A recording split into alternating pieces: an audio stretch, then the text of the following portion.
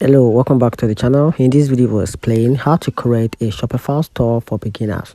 So creating a Shopify store as a beginner is simple and doesn't require a technical skills. Start by going to shopify.com and sign up for free trial with your email address. Once inside your dashboard, Shopify will guide you through the setup. First, choose your store name, then add the basic details like your address and currency.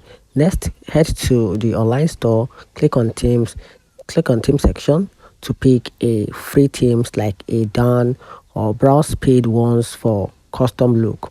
So you just click customize to make a date to edit using a drag and drop section and block.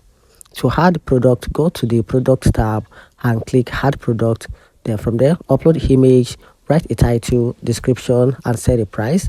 And also choose inventory and shipping settings. After that, set up your payment provider like Shopify payment or PayPal. Under settings, click on payment.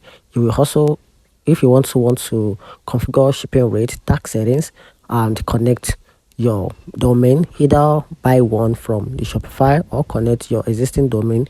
So when you're already done, click remove password to go live. Shopify handles the heavy lifting so you don't launch a professional e-commerce store in a minute. And that's it.